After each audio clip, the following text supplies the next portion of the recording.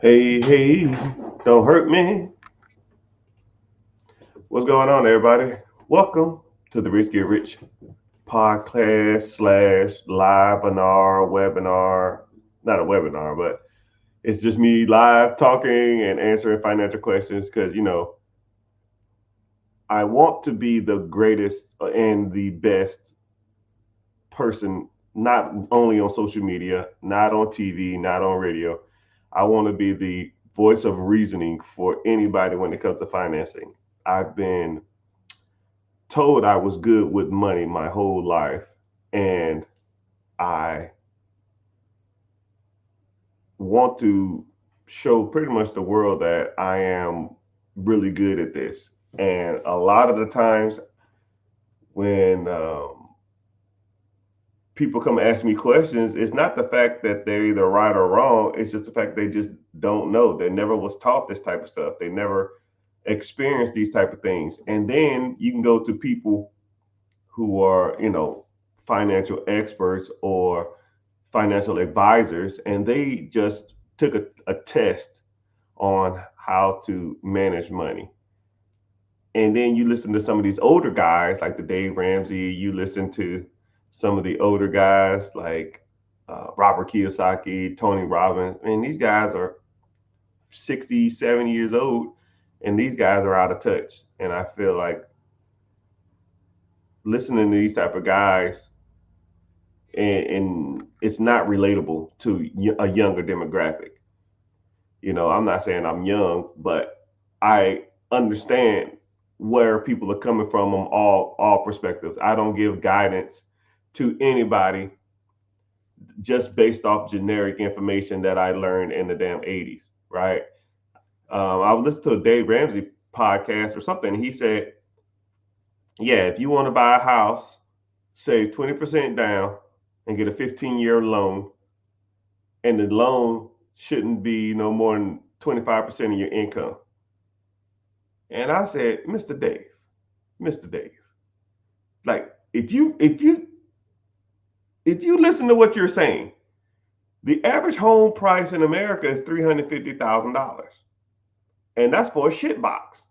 Let's up it to 400,000, right? $400,000, 20% down. You're talking 80 grand. You have to save 80 fucking $1,000, and then your mortgage payment can't be 25% of what you made. Let's say if your mortgage payment with your PITA, property taxes, interest, and insurance, is an average house of $400,000 is 2,200, $2,000. And that's a 30-year. Shit, what if you get a damn 15-year? Now your payment is 27, 2,800. 2,800 times 4 is comically somewhere in the range of $115,000. I don't even know what that is. Hold on, let me see. 28. I'll get my handy dandy calculator though. 28 times 4. Yeah, $2,800. He said 25% of your take home pay. That's $112,000. The average medium income in America is $54,000. So he pretty much dismissed everything that, and he dismissed the majority of people in America. When people say shit like that, that means they're out of touch. I can't tell somebody to save up $80,000, get a 15-year loan, and make $115,000 a year to make a house payment. That shit sounds stupid as hell. I hope somebody clip this out and tag his ass, because you sound stupid, Mr. Dave. That is not applicable. Yeah, that shit worked in 97. Not 20, 24, 25, 26. Doesn't work. I don't know, because he has multiple millions of dollars.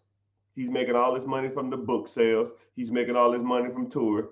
That shit can work for him, but it doesn't work for everybody else, Mr. Dave. Right? And then the bad part about it is he finessing on the book. You know what? I don't hate on anybody. Mr. Dave, I wish you the best. However, it doesn't work for the average person. And that's where I come in. I give reasonable guidance that average people can adhere to. Because that's the type of people I meet every day. That's the type of people I meet on the streets. That's the type of people I meet on social media. Average Joe, medium income, want to get a house, want to own a business, want to own investment property, want to own some real estate, want to own a side hustle that makes them money. That type of shit.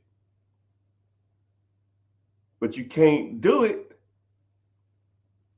if everything in society tells you to do something opposite. Because society will tell you, go out here and get a job, go to college, get married, have babies, and all those other kind of society norms that people tell you. And that shit's, it don't work. Why am I listening to society on how to get ahead in life when society's not ahead in life?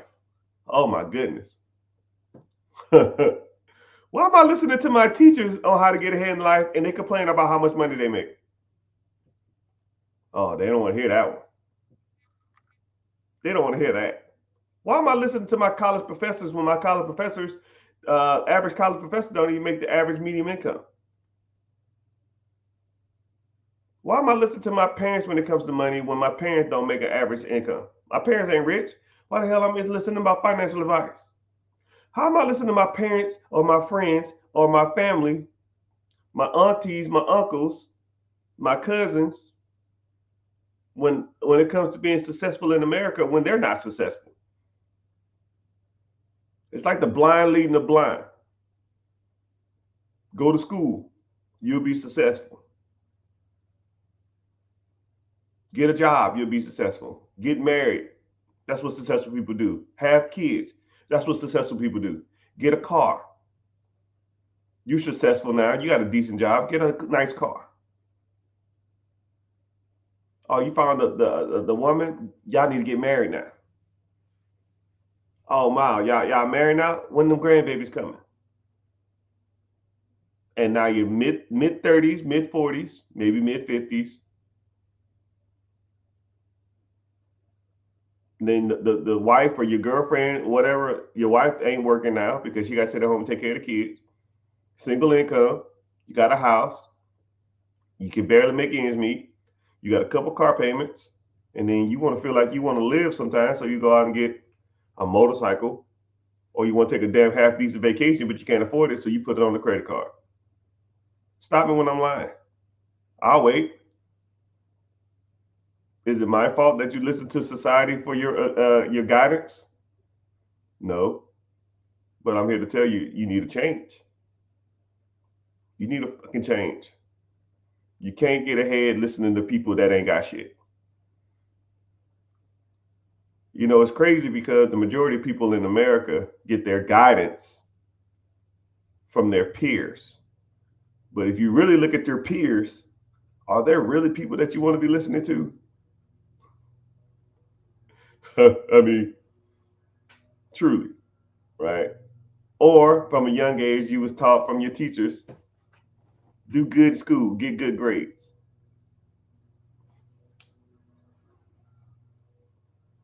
The average teacher income is $43,000 a year. I respect teachers. I love teachers, but they're the wrong people to be listening to when it comes to this money thing. And then you ever ask the teacher, "Do you do it for the money?" They say, "Hell no. I do it because I love it." Now, anybody who chooses passion over money should not be giving me a money guidance.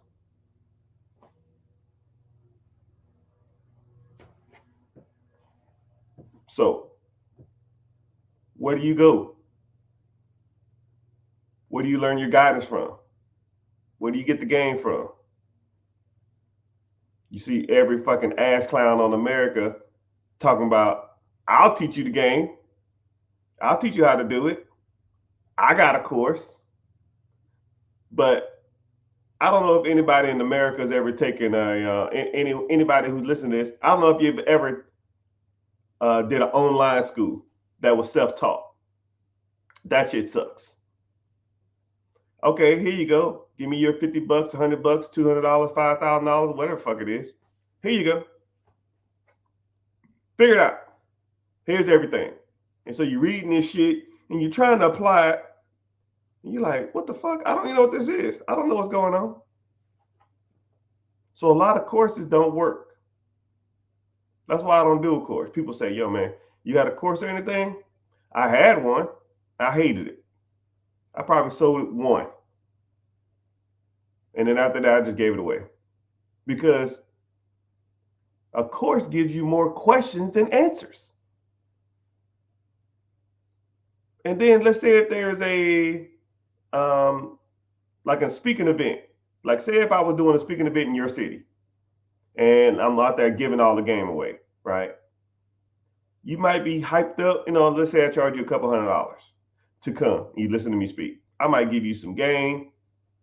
I might get you pumped up. I might give you a free lunch. You take a couple selfies. Then you're going to go home and you ain't going to do none of that shit. It's the truth. It's the reality of the situation. Statistically, you won't. If I gave you guidance for free online, 3% would adhere to the guidance I gave you. If you paid me for guidance, for one-time guidance, 9% will adhere to it.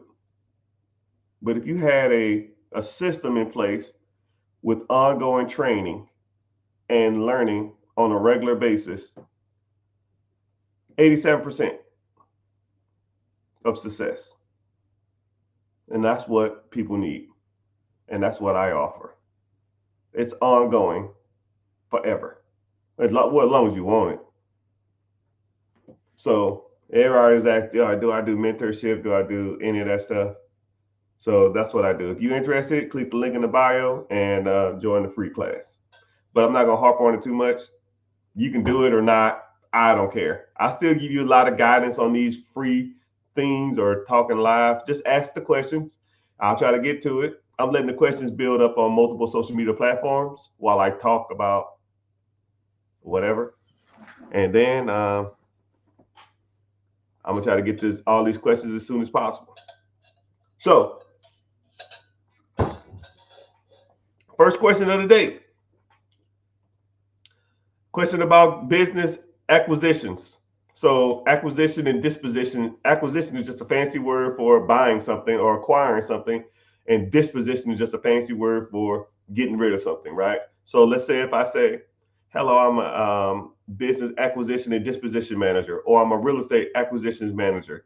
Or whenever you start getting to really heavy investing, you'll see like a disposition manager in real estate or a disposition manager in anything. That means that they're just a part of the outbound system. And acquisition means they're acquiring. So I have a business acquisitions. When do you secure funding? That's a good question. So if you want to buy an existing business, which one of the things that I like a specialty at is buying existing businesses. Because if you think about it, why start anything? Because you're impressed by it, because you want a sense of accomplishment. If you started a business today, will you make money tomorrow? More than likely not. Will you make money on Monday? More than likely not. Actually, you're more than likely to be in debt on Monday, tomorrow than you are today. If you start a business. However, if you buy a business, and let's say that business has systems in place, it has management, it has point of sale systems, it has employees, it has bookkeeping, it has all levels of staff. All you're doing is paying the bills. Okay. If all those things are in place, and let's say that business makes $20K a month, 20K divided by 30 days, that's $660 a day.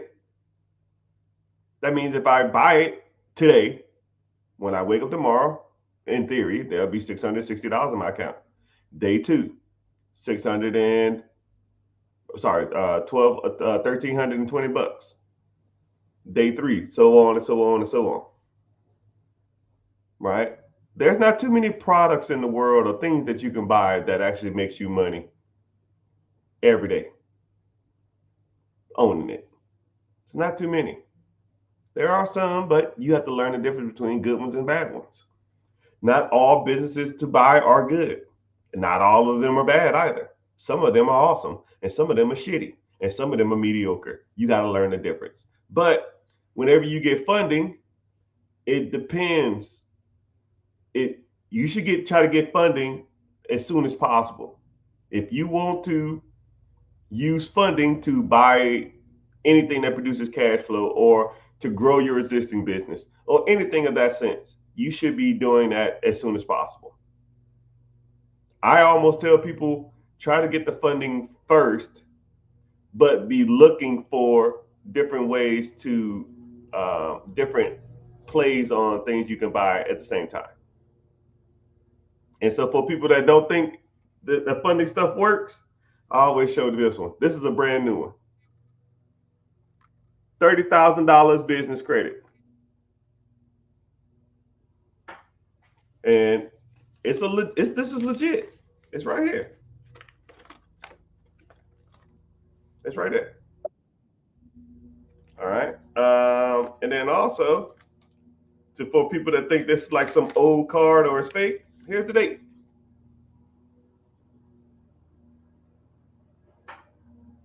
There's the date.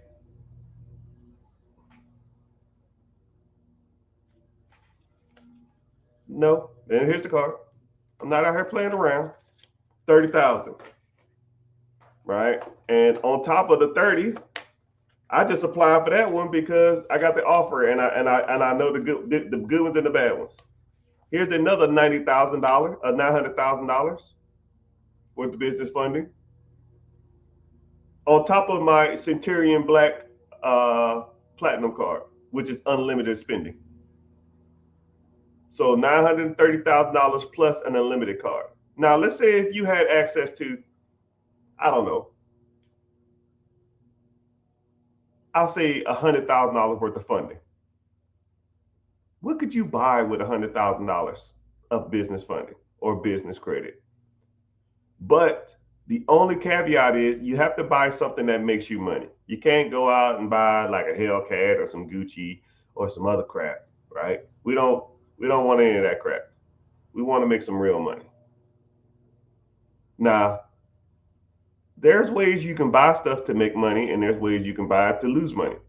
It's about as simple as that. If you buy something and the next day you have more money than you had before you started, then that's an asset. You buy something and it takes money out your pocket, that's a liability. You got to know the difference between the good one and bad ones. And I teach you. If you're interested, click the link in the bio, join the free class.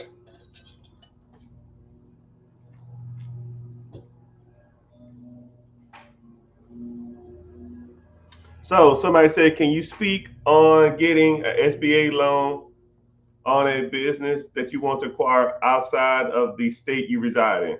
All right, good question. So whenever you are looking to buy a business,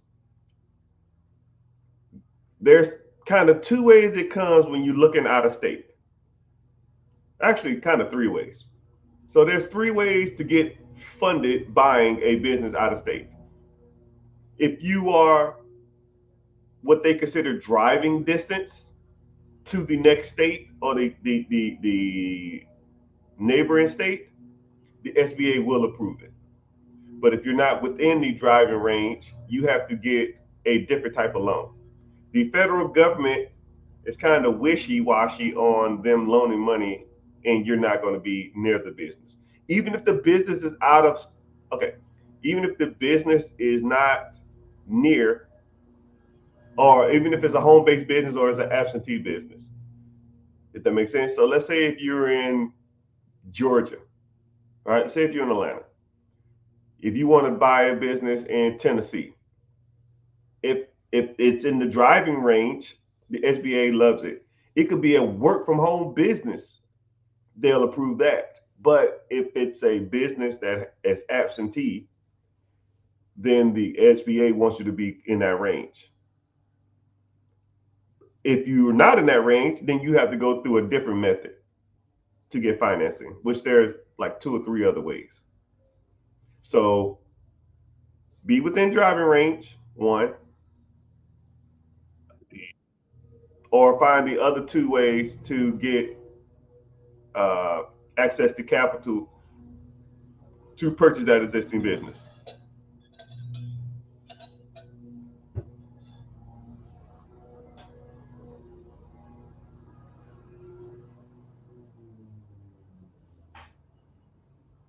So, yeah, someone just brought up the point that there's a lot of scam accounts out there. Yeah, man, I got like 300 fake pages.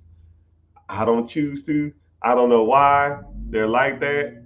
I just know that I have them. I don't want them, but it is what it is. So if you see a fake page out there, um, check if it has a decent amount of followers, and More than likely,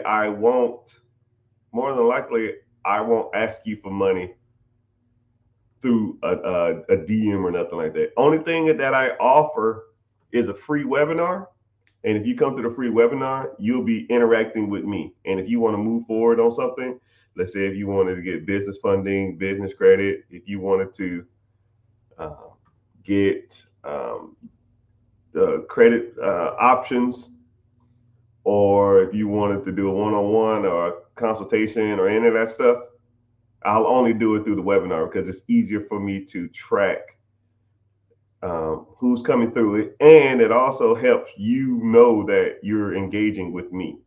You're not engaging with a fake account because you physically see me. It's not a live, it's not a recording, it's me. So I always try to do that.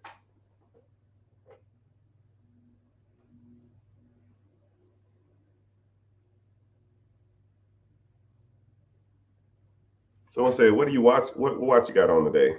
Uh, GMT Master 2, something light. I don't too much care for it though. It's kind of small. I like bigger watches. I think this is like a 39. I'm almost like I like 43s, 44s.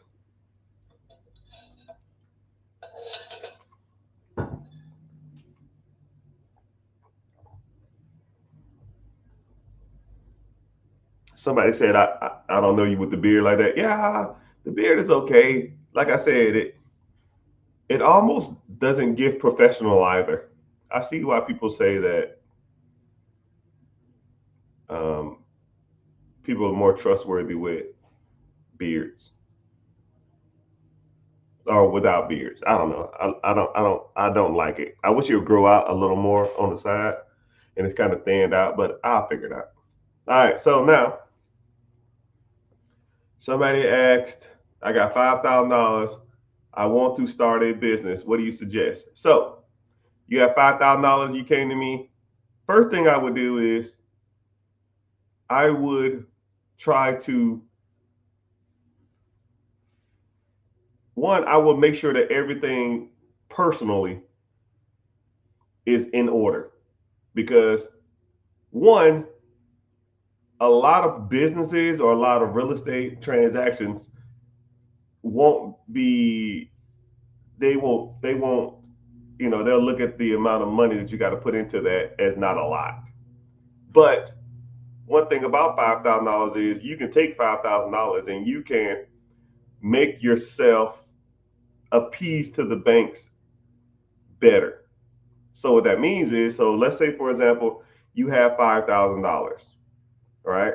Then now you go establish relationships with, let's say, 3 banks. I'll say Bank of America, Wells Fargo, and Chase. I don't know.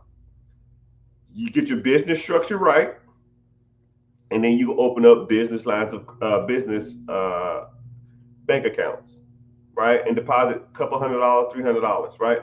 Banks are relationships based. I always use the analogy of a woman who has kids. because it's just easier to comprehend. You want to date the mom, but the mom has kids. You go over to her house and you say, "Hey, I want to take you out on a date." That's the bank. The bank is the mama, and the bank gets access to all the money in the world because $5,000, $10,000, $50,000, $100,000, that ain't even nowhere comparable to what the bank has. So you go to the baby mama and you say, "Hey, I want to date you, right? I want to marry you. I want to be the best thing in the world to you." And they're gonna say, "Well, I have kids. Are you taking care of my kids?" And then you say, "What kids you got?" "My primary checking, my personal savings, my business savings, my personal credit cards, my business checking, CDs, and stuff like that." And the more attention you show to the bank's kids, the more the mama will love you.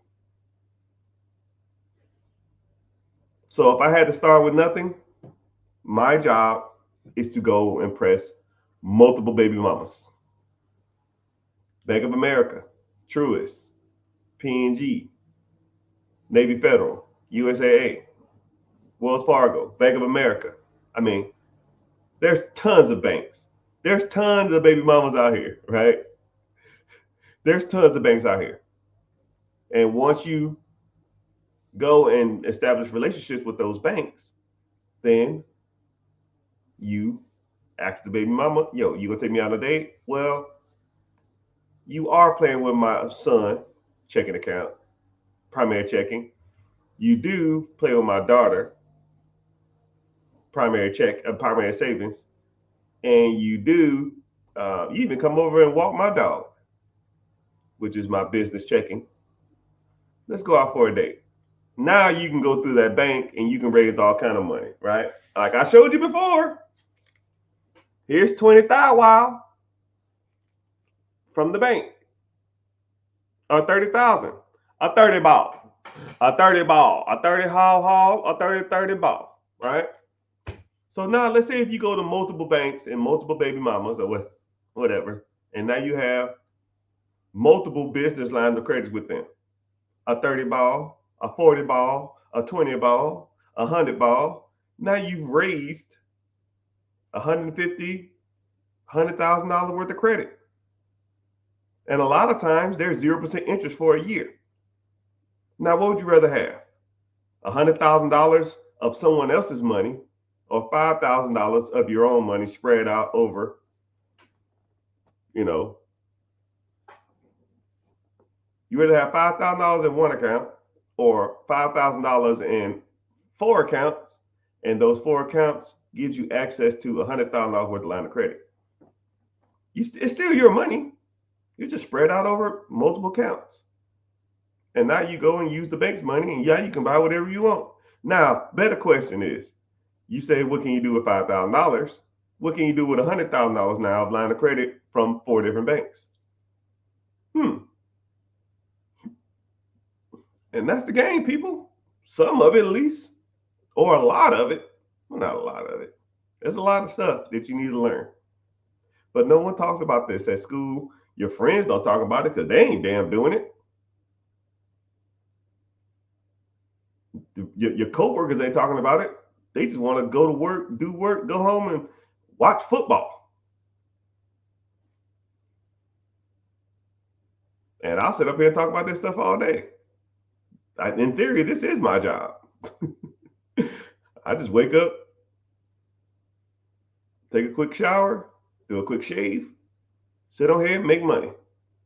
That's the game, right? Or use other people's credit or other people's funds and buy assets that produces cash flow, storage units, vending machines, businesses, donut shops, ice cream shops, freaking whatever, insurance companies, tech companies.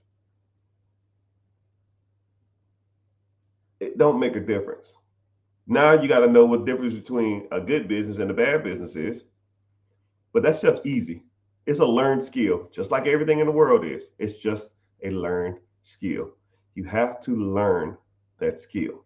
You got to learn how to find deals. You got to learn what a good deal is. You got to learn how to negotiate. You got to learn how to get across the finish line, and then you got to learn how to manage those assets to produce you a good income. And a lot of it comes from allocating work to other people. You got to learn how to manage people. If you can't manage your finances, how are you going to manage other people's finances or a business's finances? Boss of all bosses.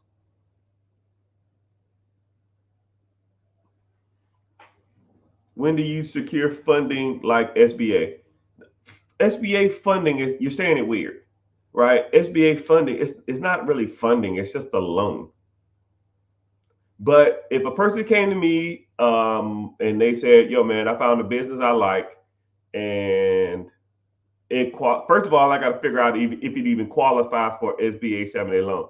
Some businesses don't qualify for a 7A SBA loan.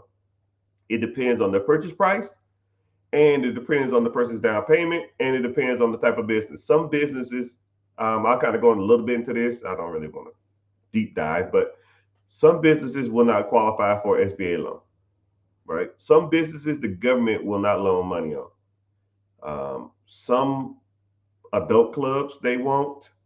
Some like companies that deal with like weed or like a dispensaries and stuff, they won't loan on that.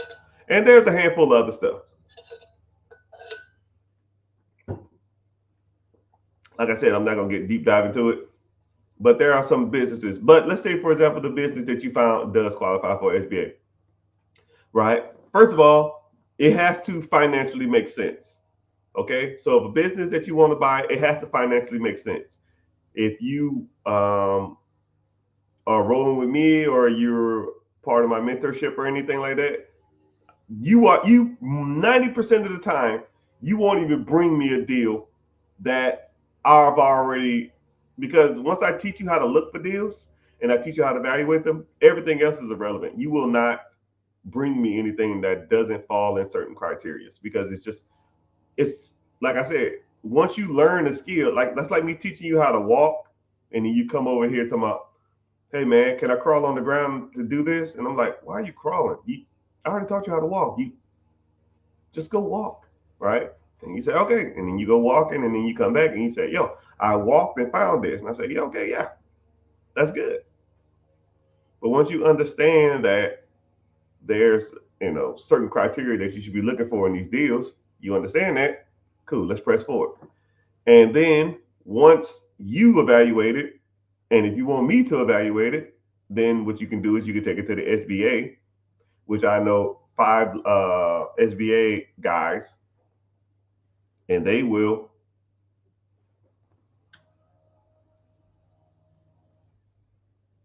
I know 5 SBA guys that will um, look at those deals and see if they financially make sense. And if they financially make sense, then they'll say, okay, you can get approved for this loan. But, after that, you got to do your due diligence because there's more than just getting money for a business. There's more to getting money for a real estate deal, right? You got to look at if it's real estate, you got to look at the property, see if it has a tenant in it, see how much work it needs, see what the appraised value is, see how much you're getting it for, and all of the other kind of stuff, right? When it comes to a business, you got to look at the P&Ls, you look at the year to date, you got to look at the tax returns, you got to look at how much the equity stake, you got to look at. I mean, it's a lot. So you got to know that back end stuff too. So there's a lot of things that you should know, or a lot of things that you should know. But thank you everybody for being on here. I appreciate it. We got a decent amount of people on social media. So if you're watching from TikTok and you want to come over to YouTube, or you want to come over from any other social media platform, Just go to The Rich Get Richer on YouTube and watch from there, because I don't get paid on any other social media platforms.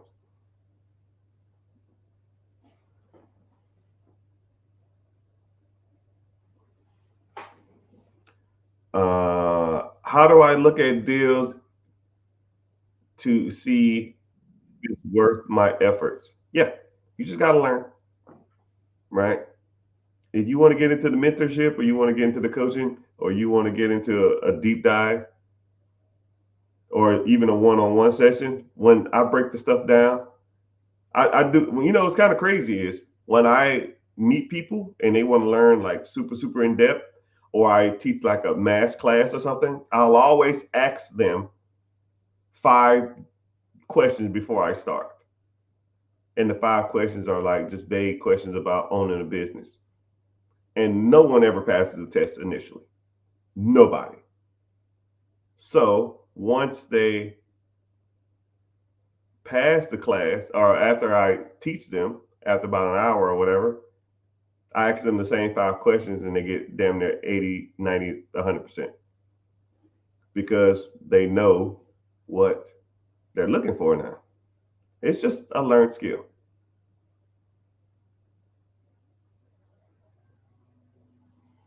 All right, somebody said, I don't want to get off topic. There's no such thing as that. Do you have any advice starting a biz with a partners? Like I said, I don't start businesses. But if I wanted to buy a business, or let's say, for example, if I wanted to start a business from with a partner, I would make sure everything's in on paper and get everything, signed and notary, because I don't want, you don't want to damn do deals with people and it come back to backfire you in the future.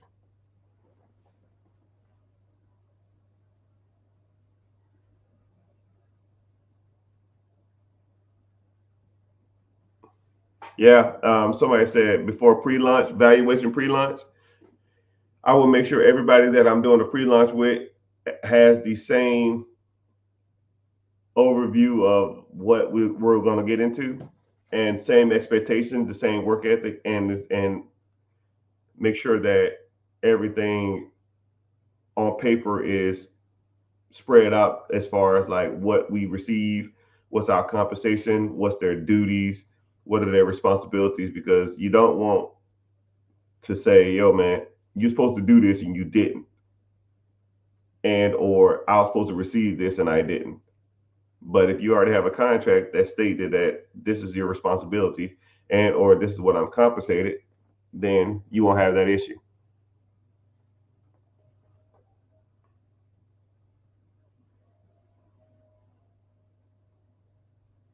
Good evening, good day, good morning, good afternoon, wherever you damn checking in from. Someone said one more time. I don't know. Someone one more time. Good evening, good morning. T, what's happening? The interest rates are ridiculous now. Interest rates they are what they are. If a deal, this is what's crazy about interest rates. If a deal makes money, like I don't even look at the interest rates. A lot of people say focus on the interest rate. Look at the interest rate. Interest rates are high. Man, if I give you $1 and you give me back two, but the interest rate's at 99%, do I care? I mean, let's be real. If I put $1 into a bucket, I wait an hour and I come back and there's $2 in the bucket, and I take the $2 out. And then I take the $2 out, hold it in my hand for a second, I put the $2 back in the bucket, come back in an hour, and I take the $2 out the bucket. Now that's $4. Do I care how much interest the bucket made off of me? Oh man, you could have made $3 on the bucket. Nah, I don't care. You could have made $2, instead of having that extra dollar. Don't care. If I put $1 in the bucket, and I leave and I come back and it's $2 in the bucket, I don't care how much I don't care how much they charge me for that process. Don't even care, right? You have to look at it like that too, especially when it comes to home ownership too.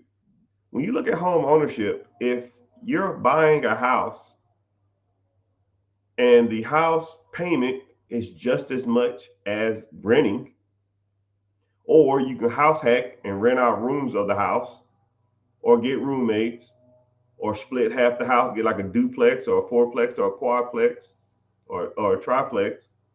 You live in one unit and you rent out the other ones. I don't care what the interest rates are. I don't care. That don't make any sense to me. Like I did this one property. Actually, I closed on it maybe 3 months ago. I got it at a deal. I got it for 130, and it was worth 190. Okay, so simple math. That's $60,000 worth of equity. Okay, 60K worth of equity, and I financed the property at 7.5% interest. My PITA, property taxes, interest, insurance, PITI, was really PITA PITIM, property taxes, interest, and insurance, and my management fee, which is 10%. It rents for 1,700. All my fees is 1,150 or something. I'll round it up to 1,200. If I'm getting 1,700, my fees are 500. I mean, it's 1,200. I make $500 a month. Plus, I got $60,000 worth of equity just sitting there. Whenever I go to sell it or go to refinance it or take a HELOC or whatever on it. Now, how many people in here would do that deal? How many people would buy a property, have 130 into it, it's worth 190, so you make 60, rent it out for 1,700, and your bills is $1,200. That's $500 a month. How many people would do that deal?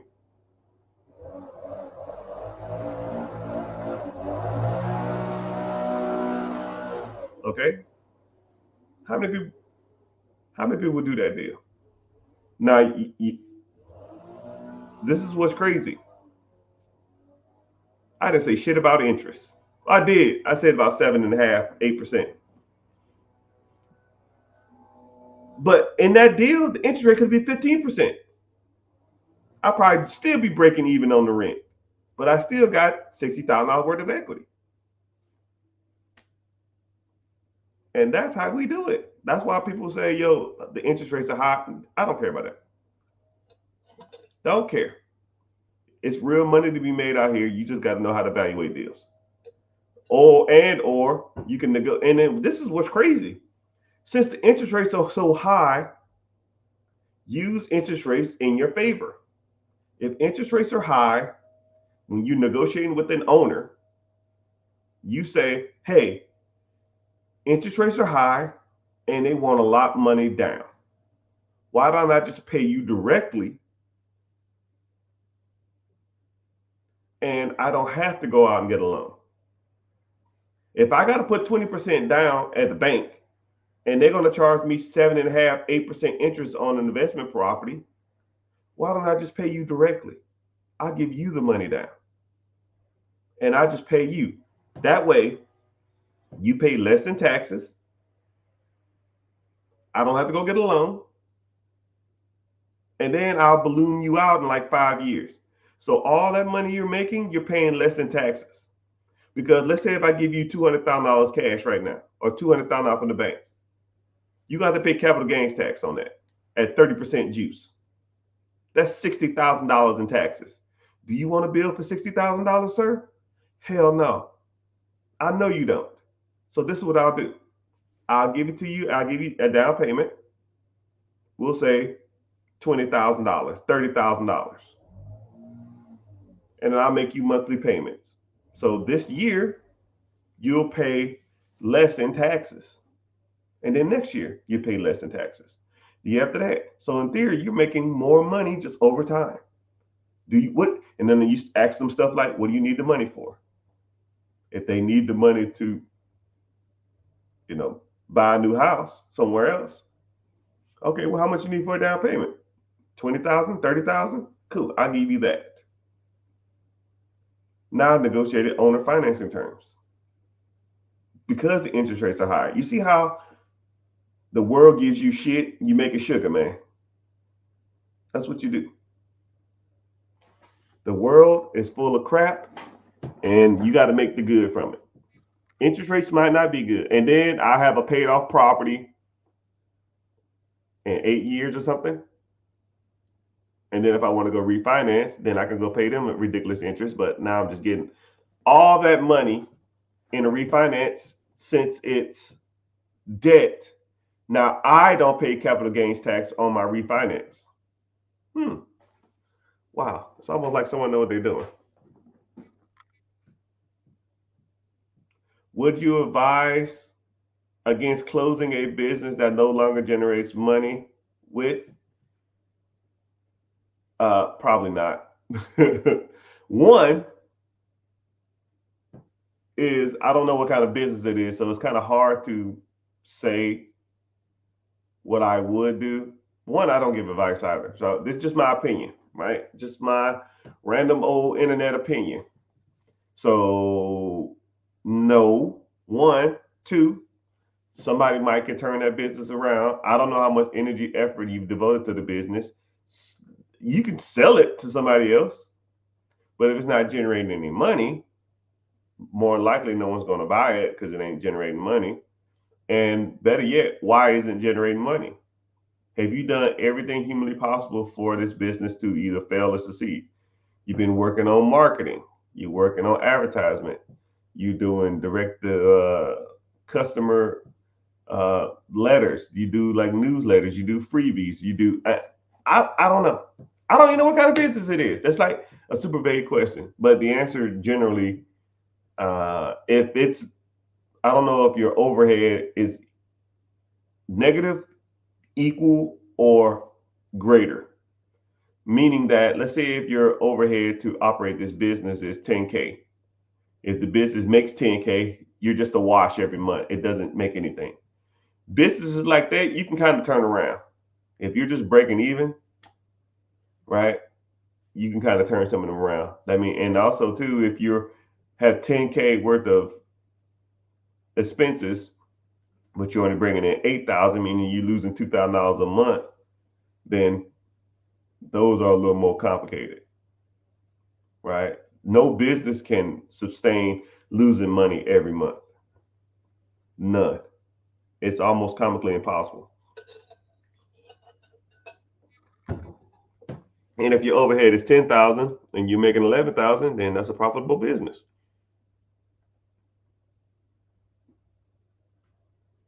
Someone's using your profile to message you. Yeah. So if you see me messaging you talking about some crypto or anything like that, just block them and report them because it's not me.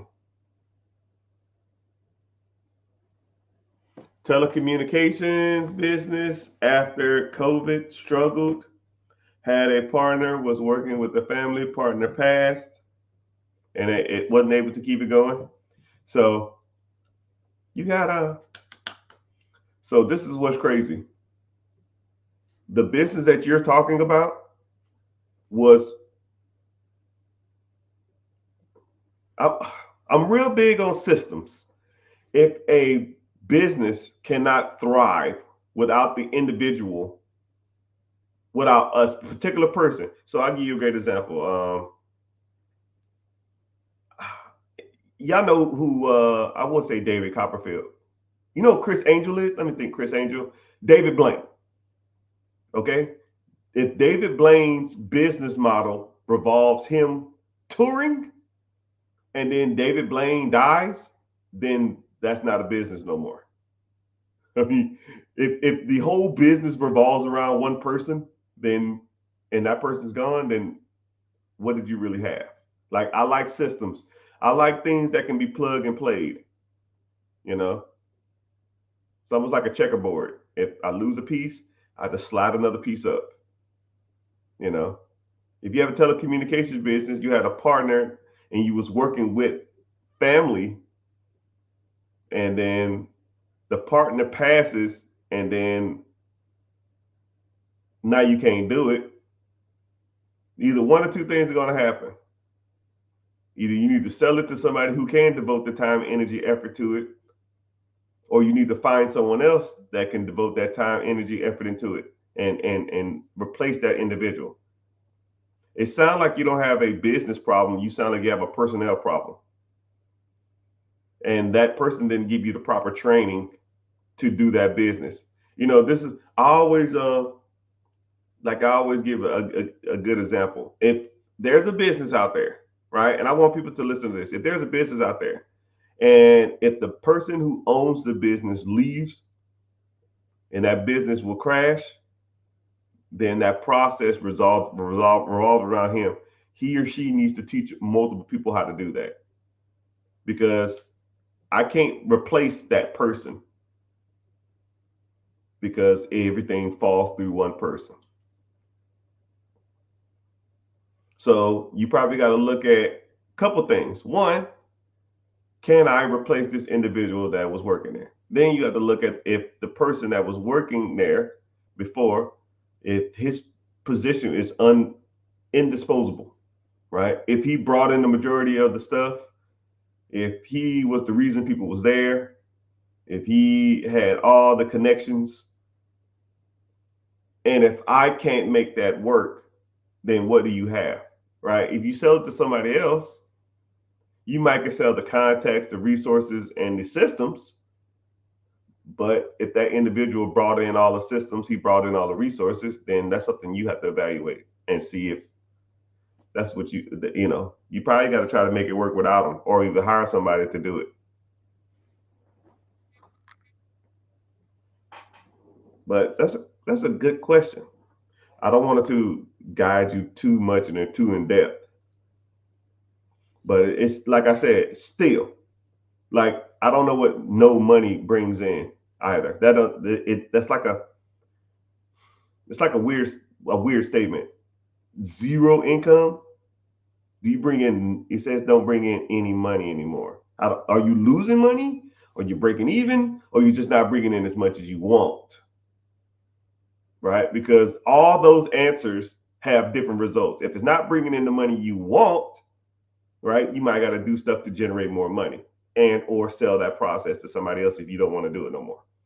Or if it's breaking even, you can still sell the process. Or I don't know if you have employees, you don't want to get the employees fired, but you probably got to start working on ways, maybe a specific business consultant in that area. But if it's losing money every month, no person should own anything that should be losing money every month.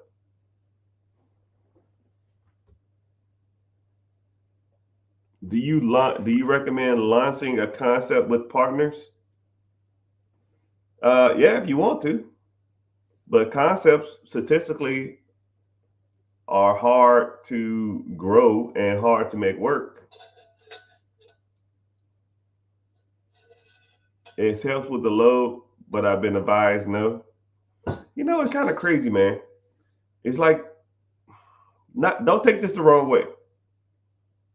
Okay, when I say this, a concept is exactly what it says it is. For every Mark Zuckerberg who thought of Facebook, there's hundreds of other ones that you've never heard of that didn't make it. And I always say this: I'd rather have a piece of a watermelon than a whole grape. I'd rather have a, a, a piece of a pie than a whole cupcake, a whole mini cupcake.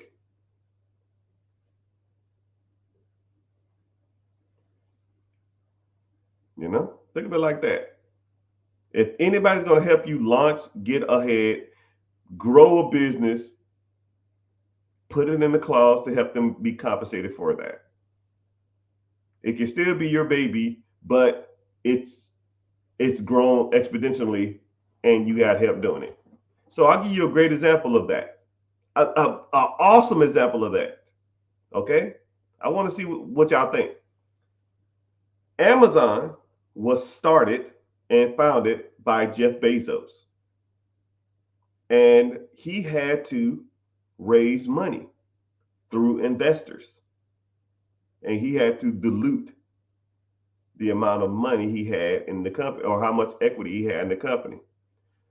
Anybody want to take a stab at what percentage Jeff Bezos owns of Amazon now? Right? I'm gonna look up the answer because I know it, but I don't. But I want to always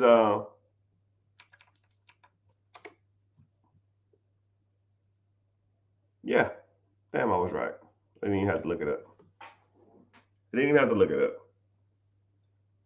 What percentage of Amazon is owned by Jeff Bezos now?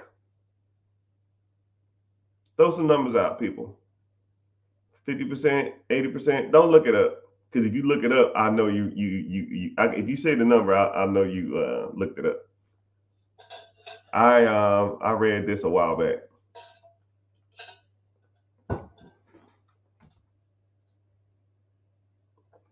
Someone said 15%, 48%, 49%, 15%.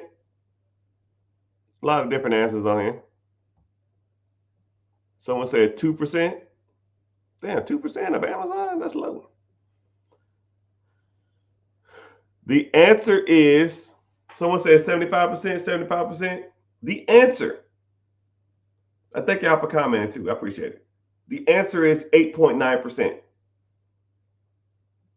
Jeff Bezos owns 8.9% of Amazon. Jeff Bezos is worth $200 million. $200 billion. So, what do we learn here? Individual stated, do you recommend launching a concept with a partner or partners? It will help with the load. I was advised or told no. Like I said, I don't give advice. This is just a random opinion from a random black dude on the internet. Jeff Bezos owns 8.9% of Amazon. You want to grow? Get help. Like I said, I'd rather own a piece of a pie than a whole mini cupcake. I'd rather own a slice of watermelon than a whole grape. Ask Jeff Bezos. And everybody associates Jeff Bezos with Amazon. He don't even own the majority of it. Not even close. He just started it and he was the CEO for a while. He stepped down as the CEO. He ain't even the majority shareholders. He sold it off. So whenever people thinking or everybody people be talking about, man, I got this great idea. We can do this. I'm gonna do this. Okay, cool, man. Where's the money? Who's helping you? Who you bringing in? When you gonna launch? When you gonna take this concept to market? And you gonna do it by yourself? Probably not. And I'm not saying you ain't. Hell, you'll be surprised. I'll probably get some multi-millionaires and billionaires come to the comment section and get some guidance from me and they press on. I'm not saying that. The odds of you doing it are slim to none, but you're going to probably need some help to do it. When I met Jeff Bezos in 2000, he wasn't even going to the factories. He got there and he opened up the factory. He walked around for about an hour, or he walked around for like 2 or 3 days, and I ain't see his ass no more. I opened up one of the Amazon factories in Atlanta. So, but yeah, enough about that.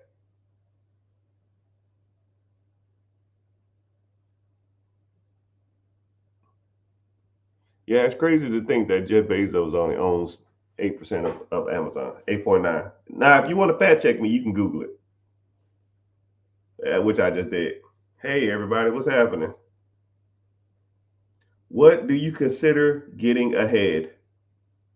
How do you get ahead with debt notes? I don't know what that means. Debt notes? Okay, so I guess what is ahead? Hmm, that's a pretty good concept. That's a pretty good question, I guess. So, what is my opinion of getting ahead in life? I guess a cushion.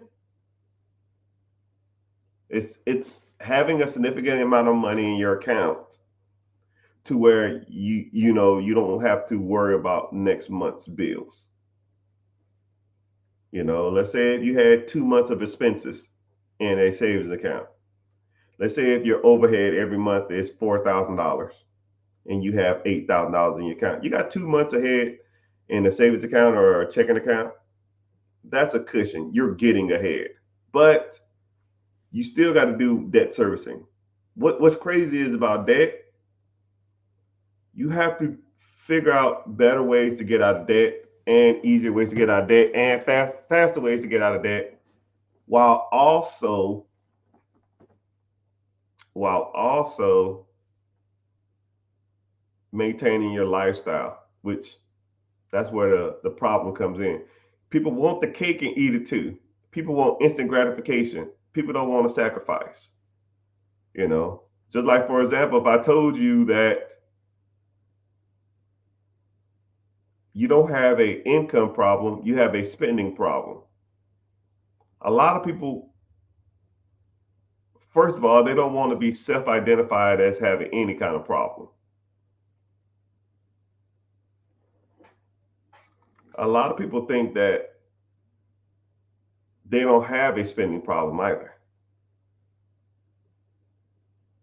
But if I looked at your finances, I looked at your checking account, I looked at your debit card account, you got issues. I know you do. Right? I'll even give you one example. Eating out. You know what the average meal cost in America is when you eat at home versus the average meal cost when you eat outside? Let's start with that one. What is the average cost to eat in? Family of four in America. Family of four in America, average food cost. Throw some numbers out. The average food cost to eat at home in America is, did I say eat out or eat in? Right? Did I say eat out? Okay.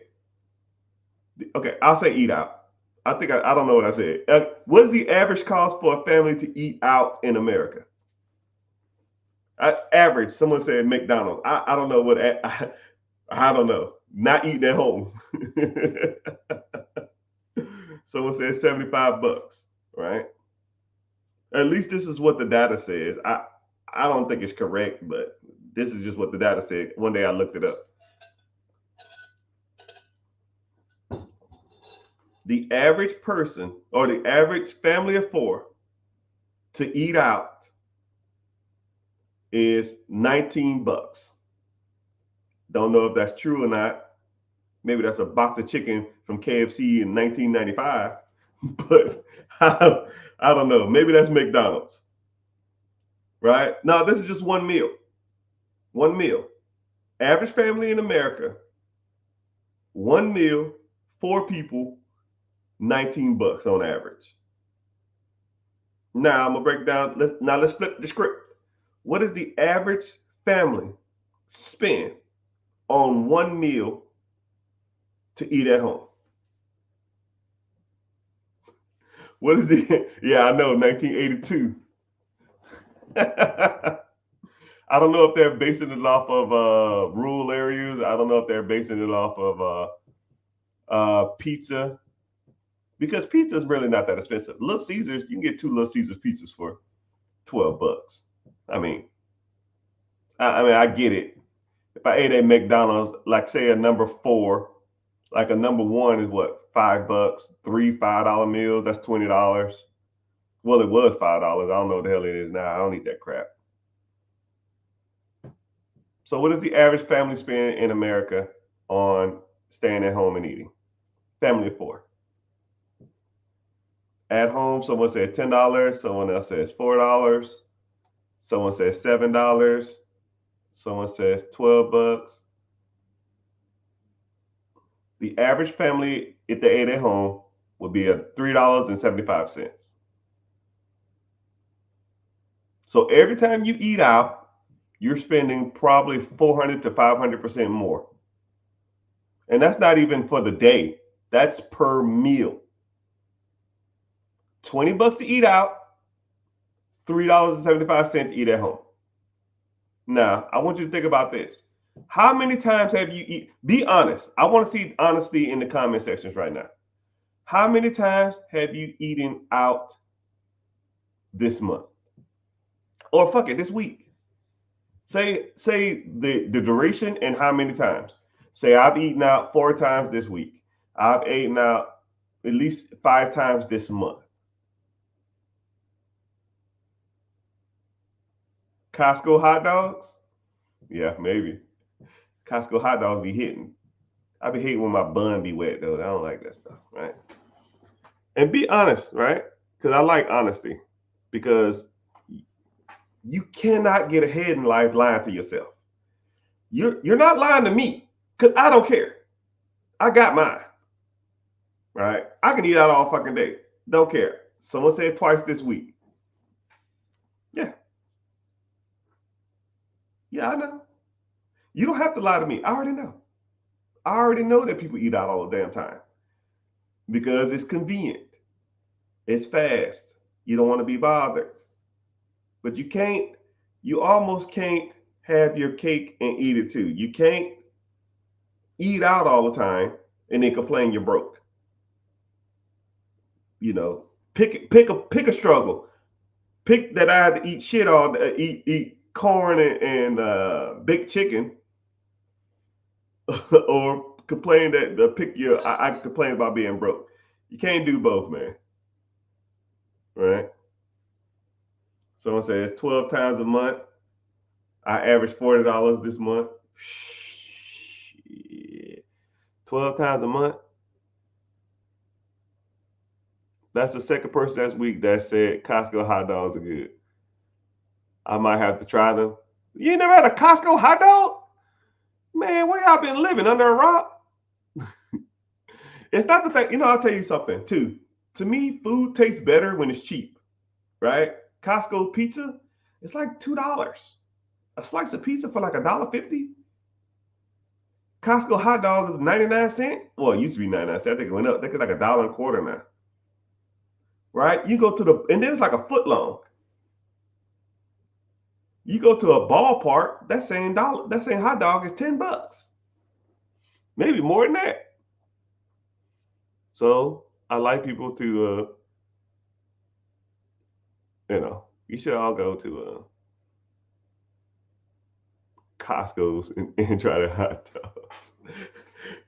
But don't come back here and say, yo, man, I went to Costco's, I took my dinner date, and we ate Costco hot dogs and we didn't like it. Don't do that, right? You Costco's, you shopping. I think because you work up an appetite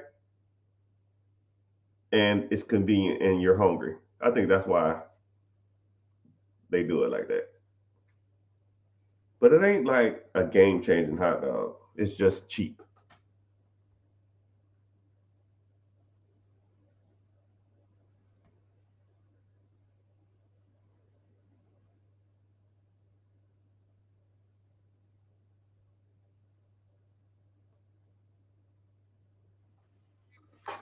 Someone says, If you're working 80 hours a week, you're making $20, $30 an hour, should be the first three steps if the company has a 401k. One of my specialities. All right, so you have a 401k. First thing you should do is go to your human resources management department, probably the ones in charge of your 401k, and you ask them, is your 401k match? Whatever they match, you max that shit out. If they say they match 5%, you put 5%. If they match 2%, you do 2%. Whatever they match, you match. What's crazy is I was talking to a guy, and he said,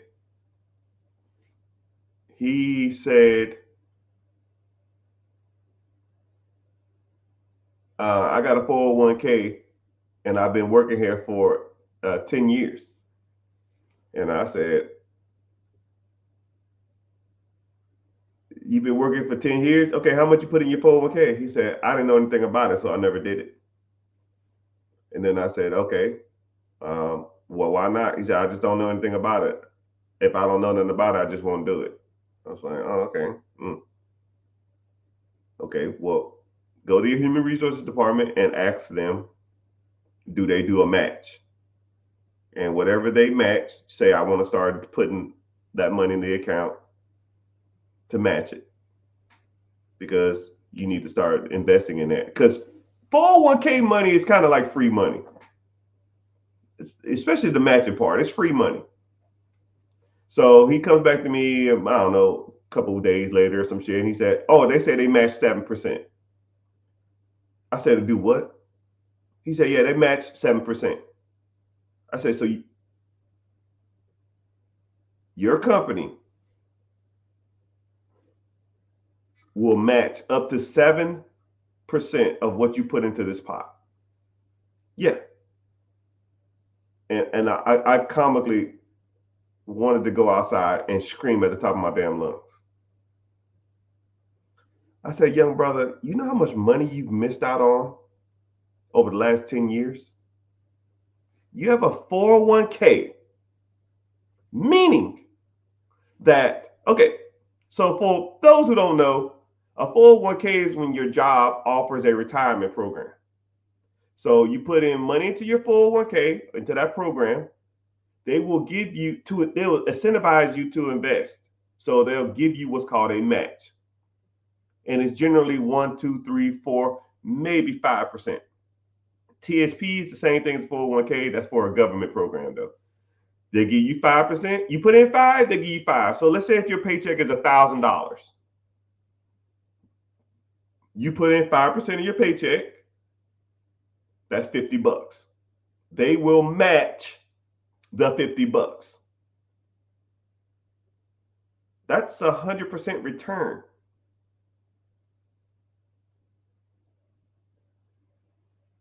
This is third grade math, people.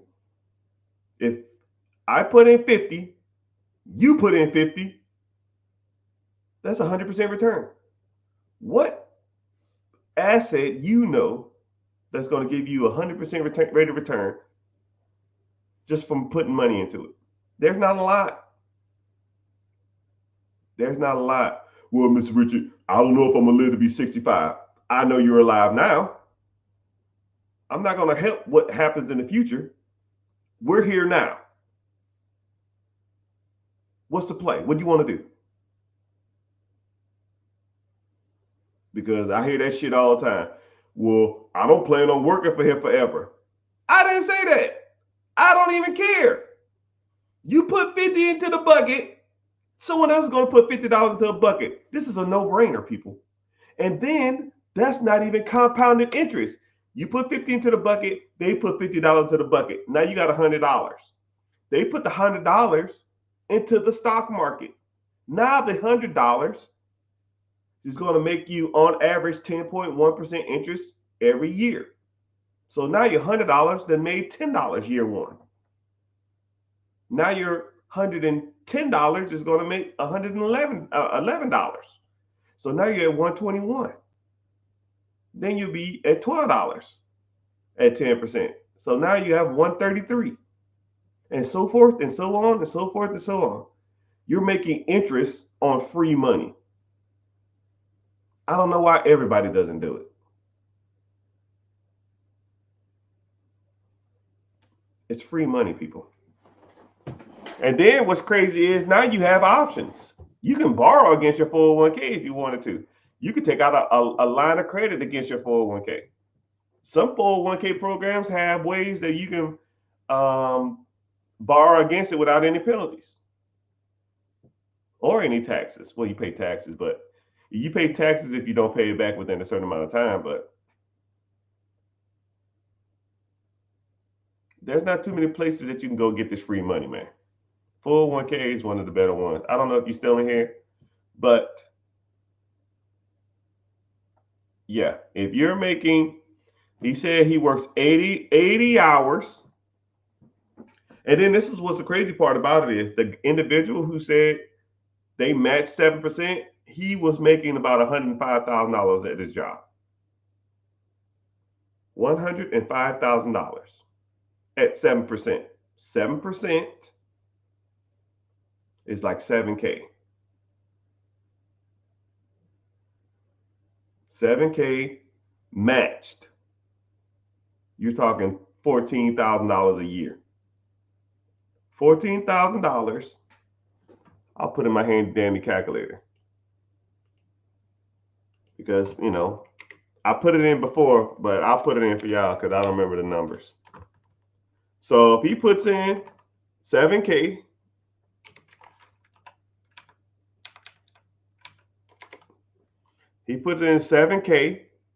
they match the 7K. That's $14,000. $14,000 a year.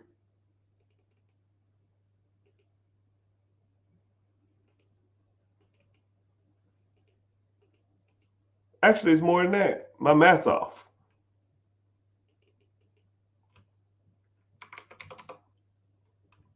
$1,400 a month is like $16,000 a year.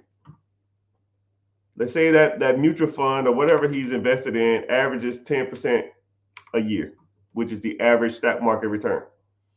And after those 10 years, he would have $280,000 to $300,000 in that account. Sorry, brother, you lost out on $300,000. I can't rewind time, but we're here now.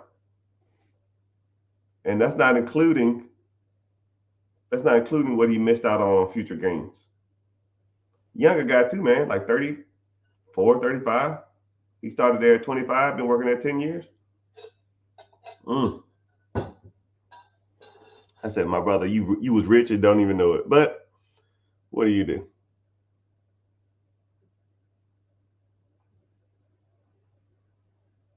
Someone says vending machines. All right, so I had multiple vending machines and or I don't even know what you want to call it. It was like a snack bar for an office. And that snack bar office vending machine, it was doing some serious numbers, man. But I mean, economically $50,000-$60,000 a year. However, it takes a lot of time.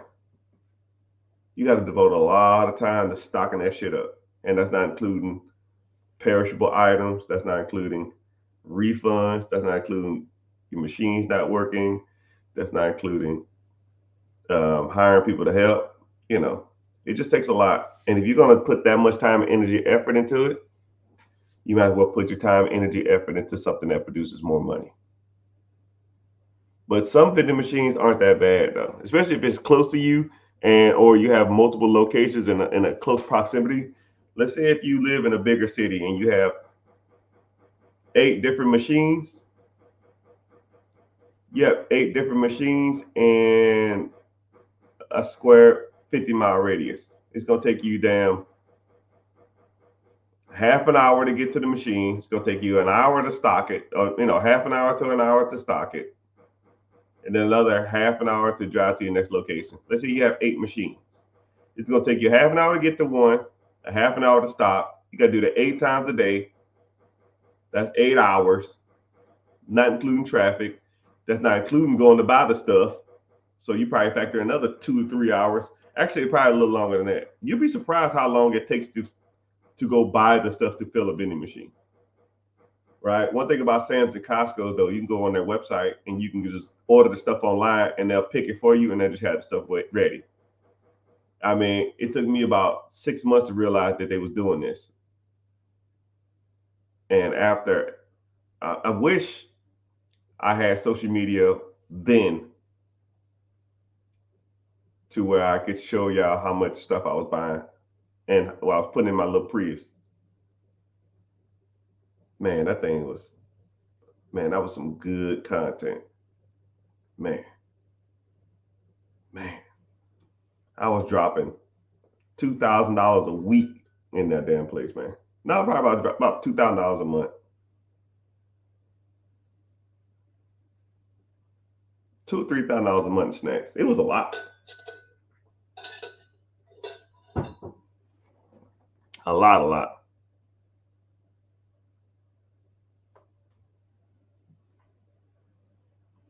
Do I have any franchise businesses? No.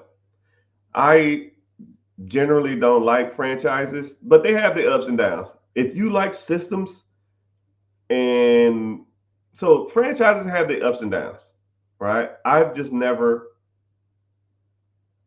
found an opportunity in a franchise that I wanted. If I was to do a franchise, okay, let me tell you the ins and outs. Okay, if I was to do a franchise, I would want multiple franchises at once.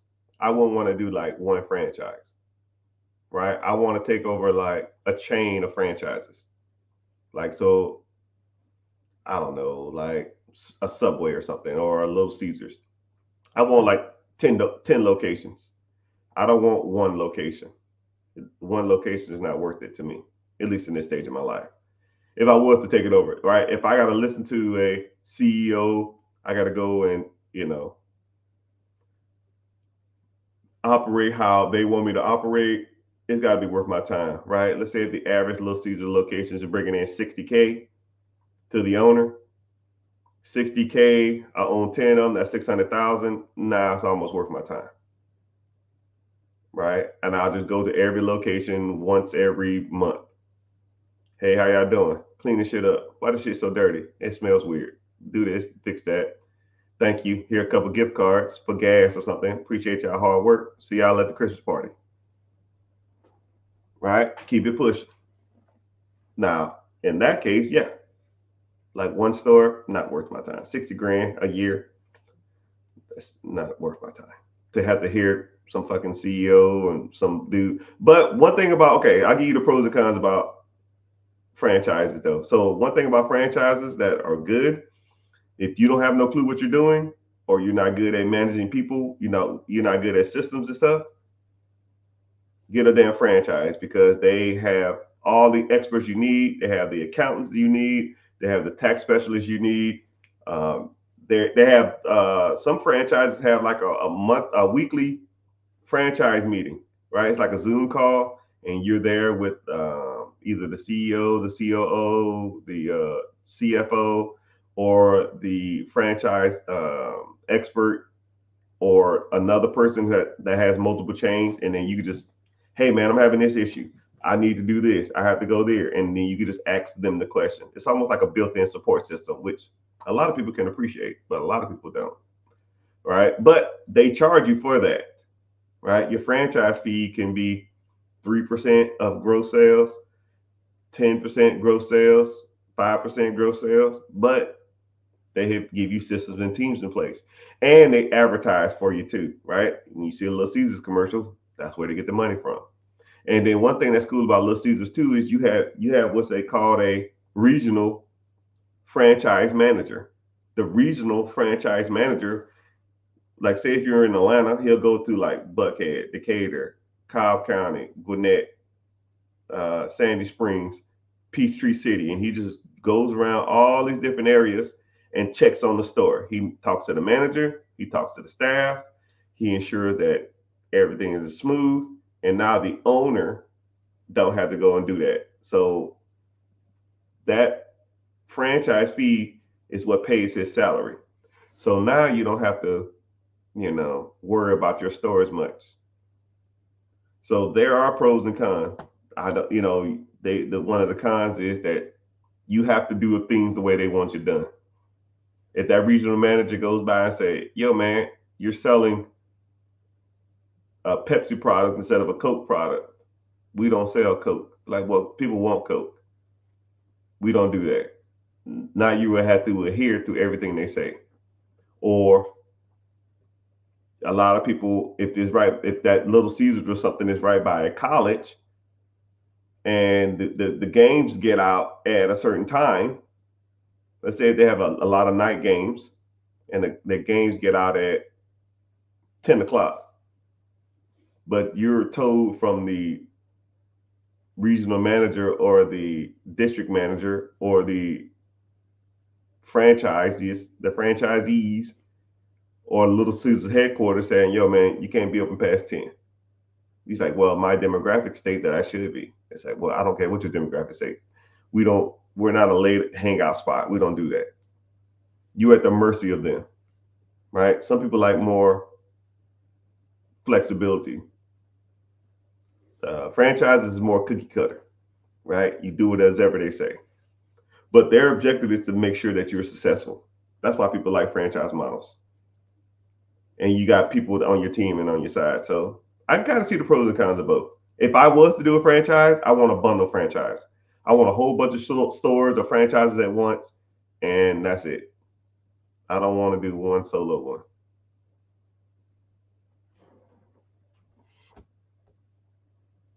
Where's the link? Link to what?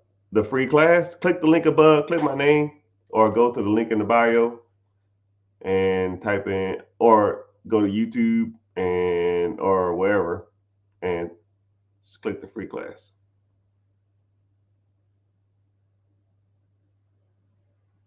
What are your thoughts on a real estate course that costs 7K?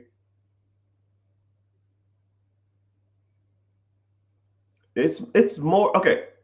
I'm gonna be transparent on this, man. There's people on these apps that I get asked, is their stuff worth it? And me personally, majority of them are not. There are some good people out here, but one thing I try to focus on is if you wanted to do something, do it from learn it from people who are actually doing it and see how they can benefit you, and or look how well rounded the individuals are, right? I don't want to work with people who are out of touch when it comes to this stuff, right? If I'm on social media and I'm flexing a whole bunch of cars and I'm flexing my boats and flexing my houses and I'm really truly not talking about the shit that I want to learn, then why go through that person, right? But think about it like me, right? And I hate to plug myself, but I wouldn't be doing myself any justice if I didn't plug myself. You people come on here and ask me questions for hours on end, and I don't shun the questions away. I don't pick and choose certain questions. I answer answer every question on here, right? And I'm giving y'all this for free. Imagine what you would get if you signed up. Think about it like that. And then not only do I focus on real estate, right? I've made majority of my money initially in real estate. I've been buying properties since 2008. And then we can break down, some people focus on Section 8. Some people focus on syndication. Some people focus on Airbnb. Some people focus on BRRRR. Some people focus on lease options. Some people focus on sub 2. Some people focus on wholesaling. Some people focus on bird dogging. Some people focus on bird strategy. Some people focus on fix and flip. I do them all. I mean, why focus on one way to skin a cat when I can skin the cat 100 different ways? I mean, and then a lot of that shit's overpriced. A lot of that shit you can just Google. But what you want is somebody to walk you through the process. And that's what I'm good at. You have a question about something, You come to me and ask me directly, right? I know people that have programs. When you sign up for them, you get their team. With me, you don't get no fucking team. Well, you get the team, but you get me. You see my ugly face every week. And I'm asking you the questions. Did you do this? Did you go here? Did you do this? Did you do that? If the answer is no, then it's your fault if you don't be successful. But it won't be mine because I'm going to tell you what to do. You better take notes and listen and pay attention. Some persons came to me the other day. It was like, yo, man, every time I come to your class, I'm already tired from the day. I'll say, yep, I don't give a fuck what you are, right? You here to learn. Let's learn. Do this, do this, do this, do this, do this, and let's go.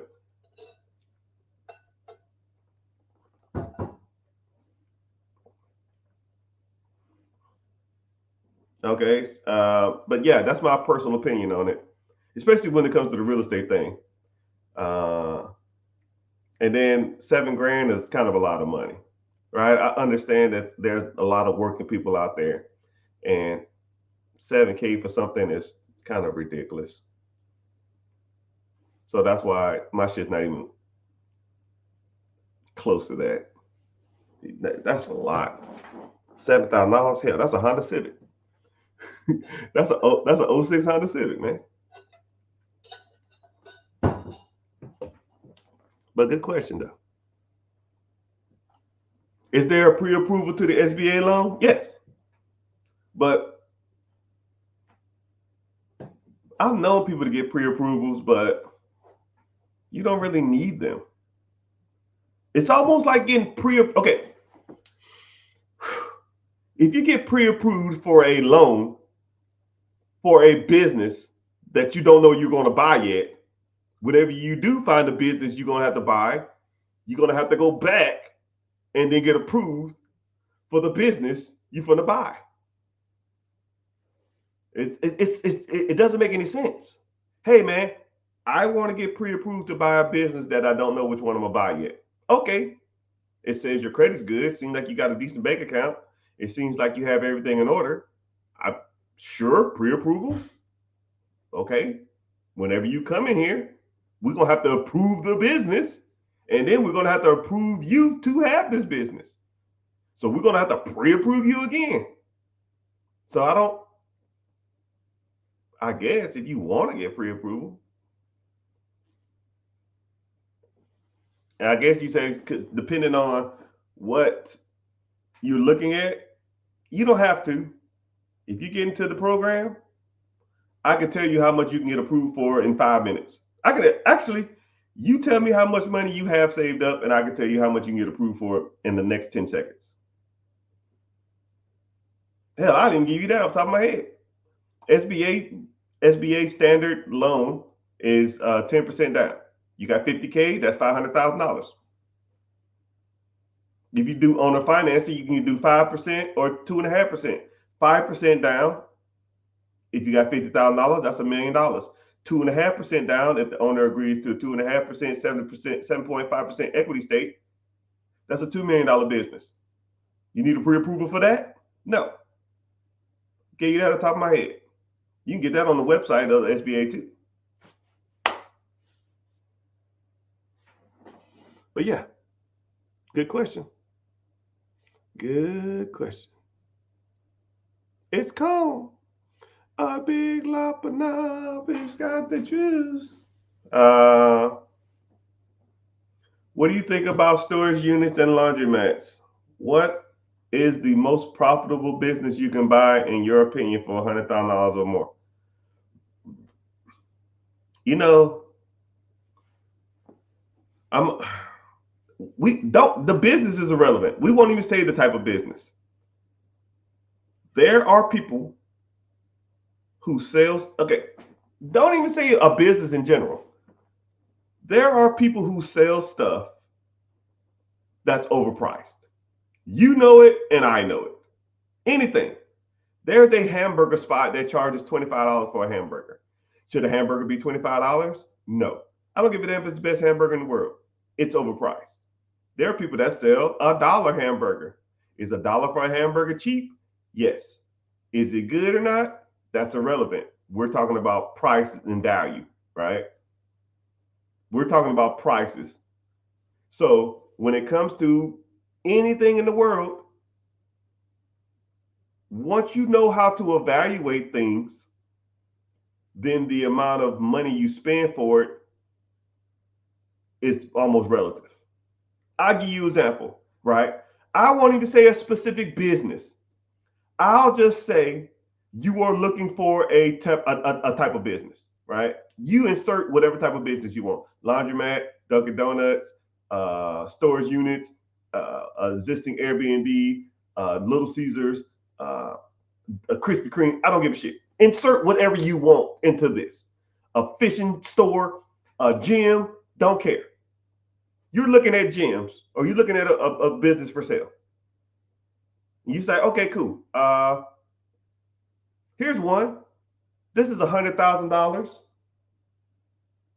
and it makes 25,000. That's 25%. Okay. Look at another business. Same type.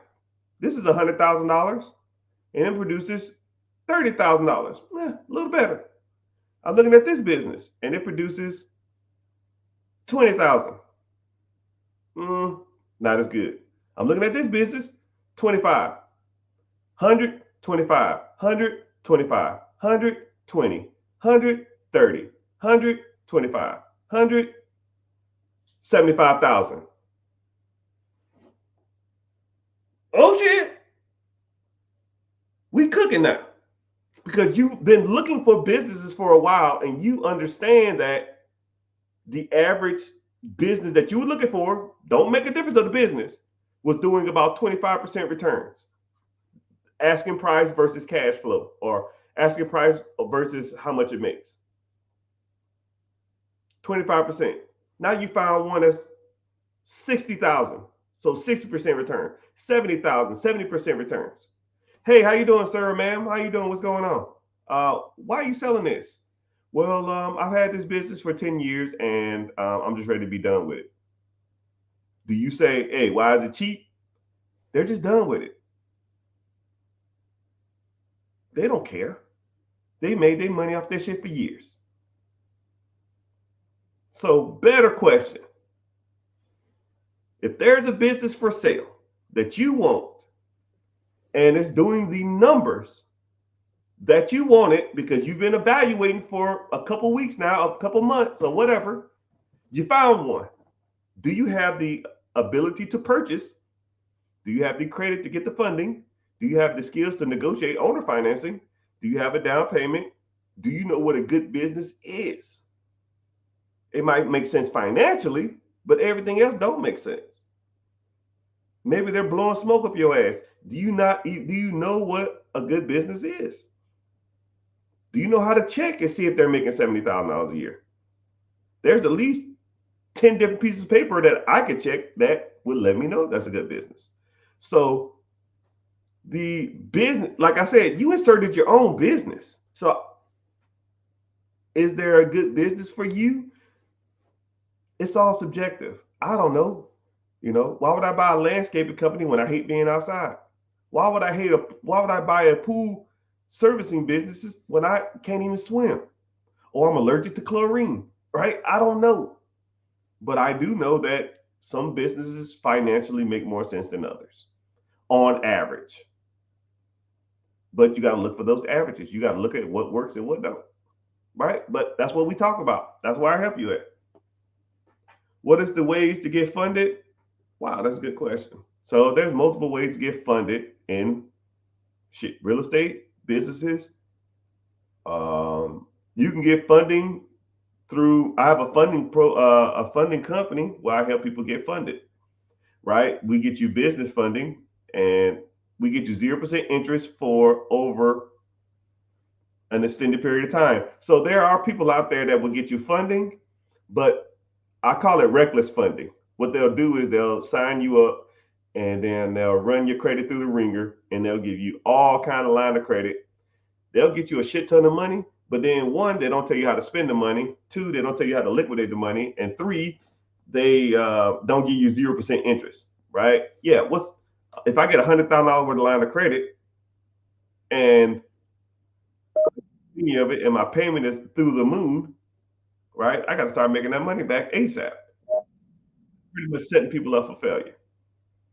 But if you have a 0% interest, not only is your payment lower, you have a longer period of time to find a way to service that debt and pay off that debt. But my funding team probably has 10 different programs when it comes to businesses, right? You can get a you get a business loan to buy equipment for your existing business. Let's say if you're a farmer or you have a machine press or something like that, I can get you funding for equipment.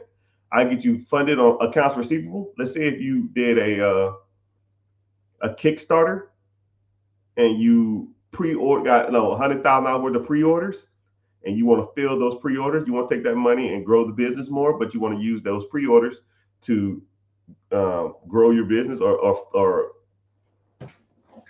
fill those orders. I can get you funded on order fills. I can get you funding to get you money to grow a business. I get you money to buy a business. I get you money to expand your existing business. I get you money for real estate. I get you money for Airbnb, side hustles. You want to buy ATMs? I don't give a shit, right? I have so many funding plays. You want to do an SBA Express loan? I can help you with that. You can do an SBA 7A, help you with that. You can do an SBA flat. I can help you with that. You want to take a loan out against if you have a certain amount of stocks, say if you have $50,000 worth of stocks, you can leave the stocks in the brokerage account. I can get you a loan against that. If you have a 401k, I can help you get a loan against that. I mean, it's pretty much every loan program that's out there I can help you with. My funding team will get you the money. If you want the money, we'll get it to you. And we try to get it to you as cheap as possible. I try to be responsible, man. I don't want to get people $1 million worth of funding at 35% interest and give them no direction. Not only do I help you get the funds, I show you best assets to buy with them, and I teach you the best methods on debt servicing. So whenever you do acquire those assets, the assets pay for the debt that you borrowed the money for. So now it's just a wash, or you make money, which that's the way everybody should be doing it. I don't know what the hell people be taking money and starting businesses. That's just trash.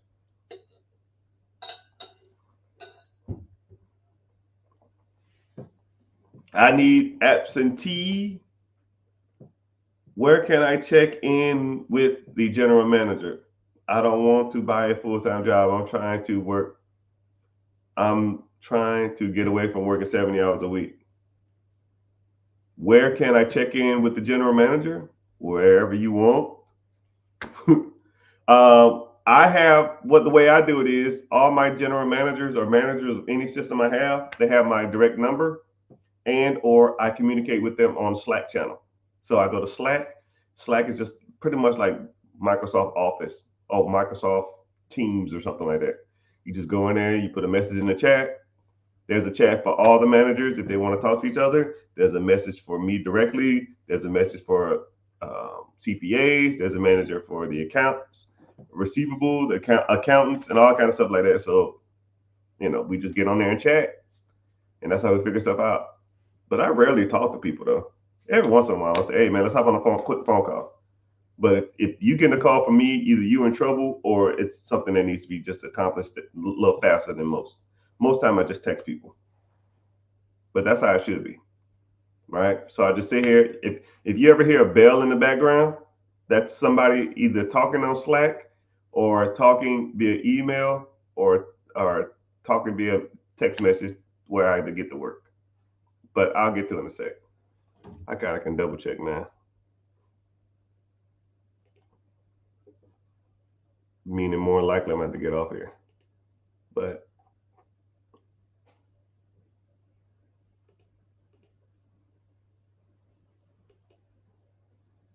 nope. Let me see. 1, 2, 3, 4.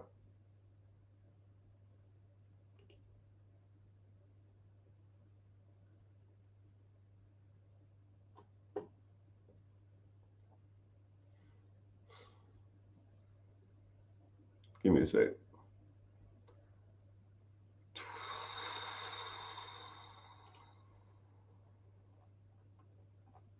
I should have married Mary Kate and Ashley.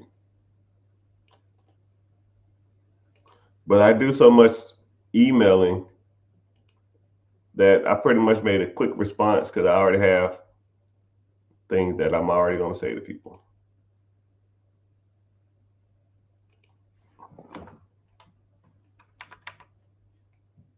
It's calm.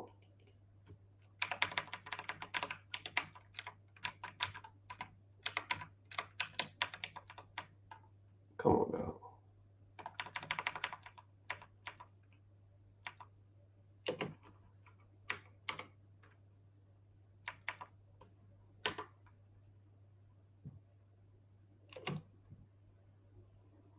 Boom. Work done.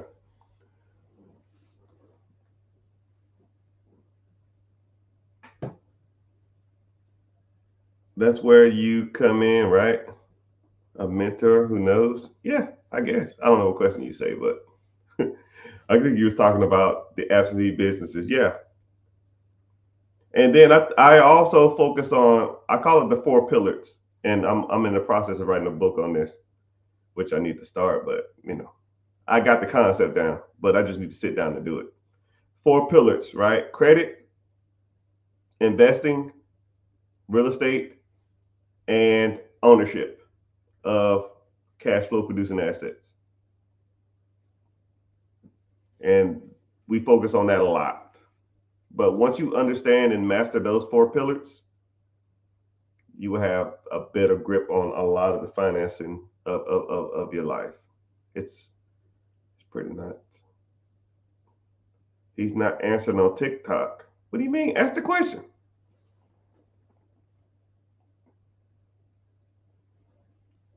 Have you ever financed? Have you ever acquired a distressed business? Distressed is a rough word. I don't. I don't take over problems. Distressed properties, yeah. Distressed businesses, I don't take on headaches. It's not worth it. Now, and distress is kind of like nah. The more I think about it, no. The answer is no. Is it a good time to do a HELOC or refinance? You should never refinance any home. A refinance is like a reset on the mortgage. Don't just That's just my personal opinion. I would never refinance a home, right? Either HELOC or sell.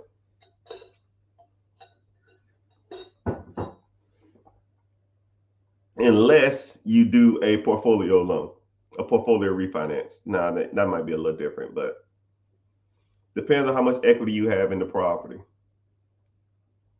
But I don't need to refinance anymore because I'm out of refinance. I'm beyond that. I hate restarting my mortgages unless you did a hard money loan or a private money loan. Like that's the only time you should be refinancing.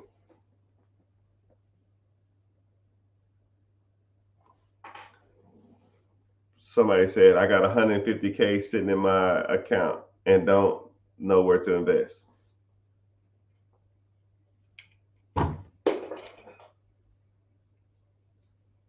Come to the free class tonight. We'll talk about it.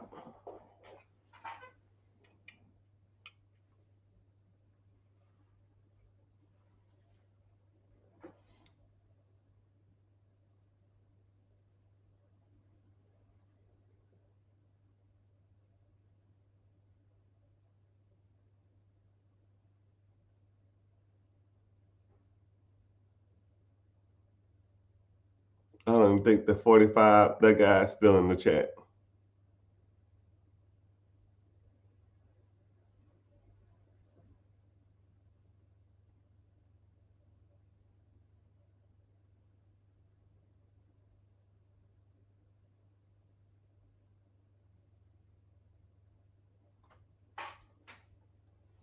But as far as TikTok, not TikTok, Facebook, YouTube, Twitch, Instagram, I appreciate y'all being on here. I can only stay on so much time because it like kicks me out the system. But I appreciate y'all being here. I'll probably get off and then come back on because it just has to reset. But thank y'all for being here. If you're interested, I have a free class. Click the link in the bio, join the free class, and We can go from there. Make sure you subbing. Support is free, and turning your notifications on every time I come on. You can come in here and get some value, and think of the questions when you're out and about, or you see some opportunity, and you like, man, I think about doing this, man. This ain't bad. Bring the questions. Hopefully, I can get you guided and pointed in the right direction. Right. All right.